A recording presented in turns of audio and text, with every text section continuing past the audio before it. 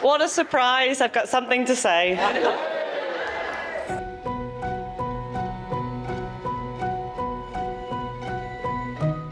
When it comes to Matthew, it's difficult for me to fully articulate what he means to me, so I started to write a list. He's tall. He's handsome. He's got good hand-eye coordination, although Mary reminded me last night you weren't very good at paddle, so... Sorry. He's strong, but not as strong as Johnny.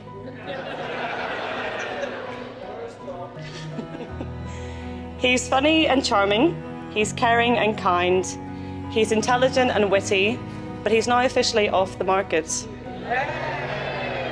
Jill, you're so incredibly special to me, and your presence fills every room with happiness. You're a one of a kind, intelligent, hilarious sometimes, and beautiful.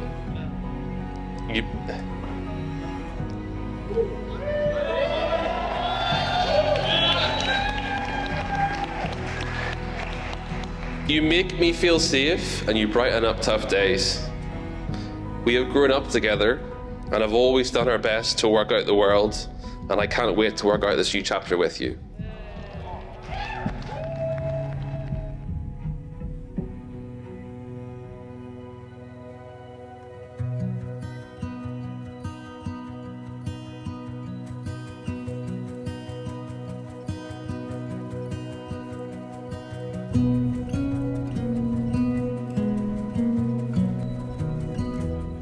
On behalf of my wife and I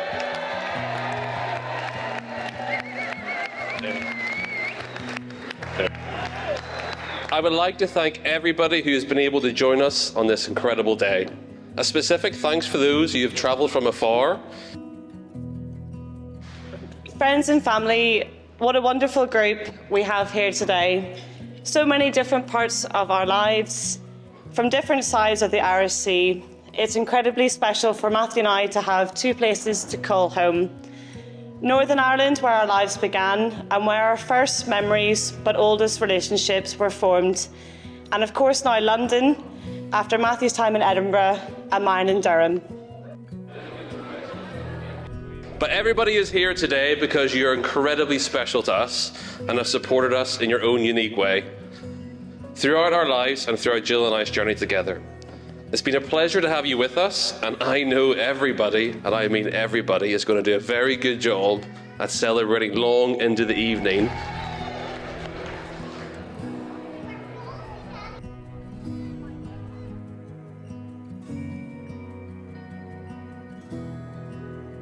Jill, when I shared that moment earlier today, walking down the aisle, something I'll just cherish forever. Sure.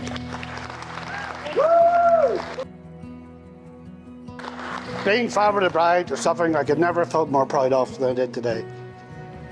Now, a bit more about Jill. Listen up now. How would you describe her? Determined, intelligent, fun, sporty, likes a deal, stubborn, kind, generous. These are all the things I hope I've passed on to you. My first introduction to Matthew was on Jill's 18th birthday as a new boyfriend. Not implying she had lots before, of course. As you imagine, Matthew, very respectful and polite.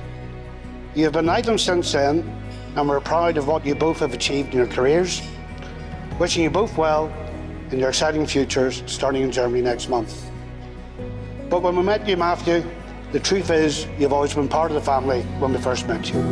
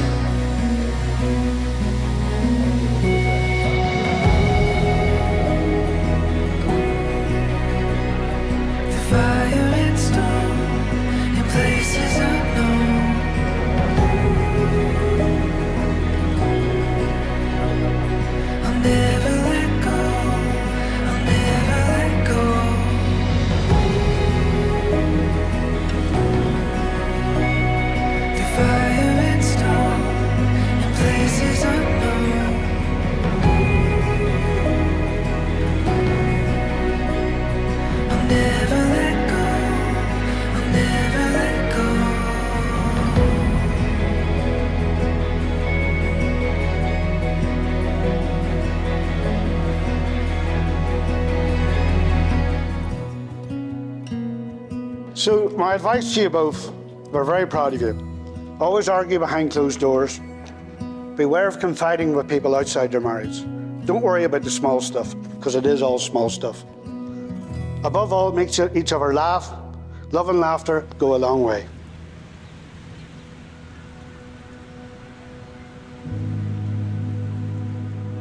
So as we gather here today, we're reminded of the meaning of marriage and the important vows that you both are going to take in the sight of God and in this congregation. So we've come together this afternoon in the presence of God to witness the marriage of Matthew and Jill, to ask his blessing on them and to share in their joy.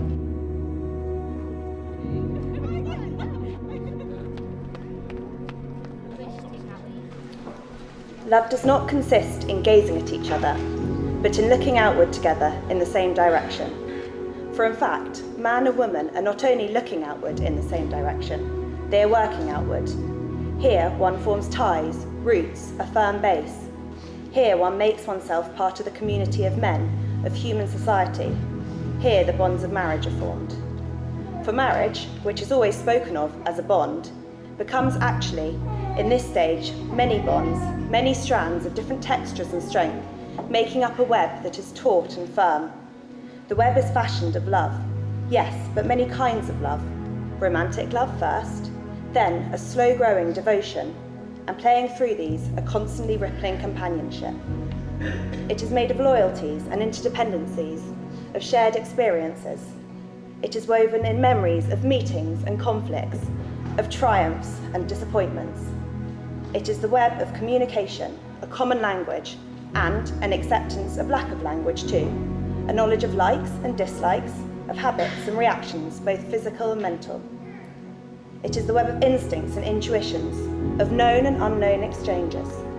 The web of marriage is made by propinquity, in the day-to-day living, side by side, looking outward and working outward in the same direction. It is woven in space and, in time, of the substance of life itself. I, Matthew, take you, Jill, to be my wife. I, Matthew, take you, Jill, to be my wife. I, Jill, take you, Matthew, to be my husband. I, Jill, take you, Matthew, to be my husband. To have and to hold. To have and to hold. From this day forward. From this day forward. For better, for worse. For better, for worse. For richer, for poorer. For richer, for poorer. In sickness and in health. In sickness and in health. To love and to cherish. To love and to cherish. Till death us do part. Till death us do part.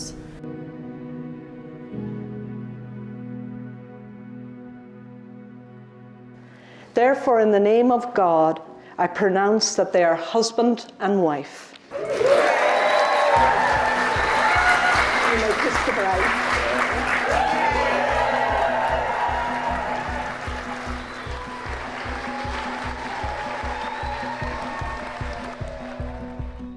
You have married someone with ambition, savviness, and grit.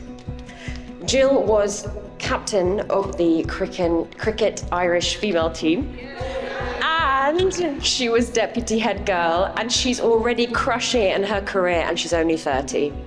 I mean, wait for it. She's the kid with the eye patch that grew up to marry the school rugby captain. You've got to give it to her. Matthew showed his leadership qualities at an early age and captained the first 15 in his final year.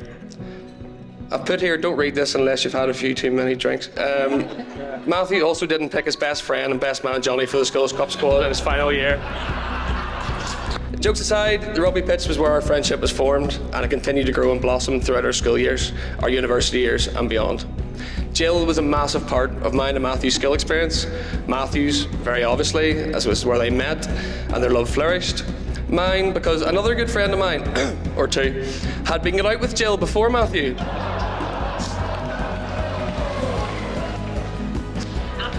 I believe it took Mary's intervention to solidify the Jill's stance. A simple text saying, now I'm reading it what I was told, for fuck's sake, would you just pick Matthew? Jokes aside, it's fantastic to see them both doing so well and constantly impressing in their respective careers, and long may it continue. It's an honour to be up here with my sidekick, the other part of the dynamic duo, like Batman and Robin.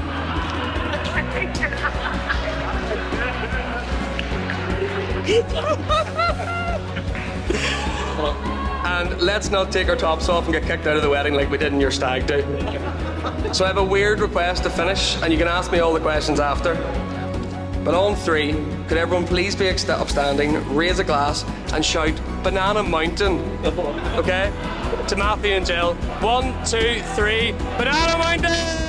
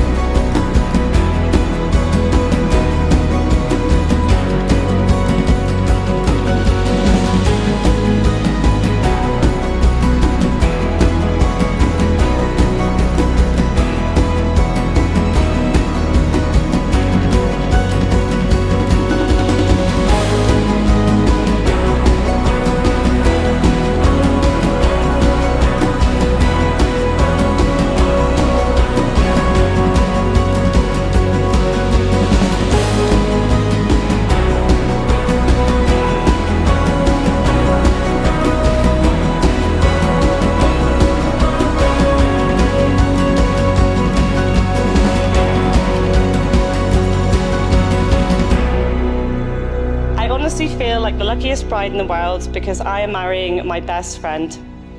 Someone who makes me feel like the happiness and memories we've already been so fortunate to have is just the beginning. I know that as long as I have you by my side, the future is something I'll always look forward to. I am so proud in everything you do. Thank you so much for making my life so full. I love you more than words can say.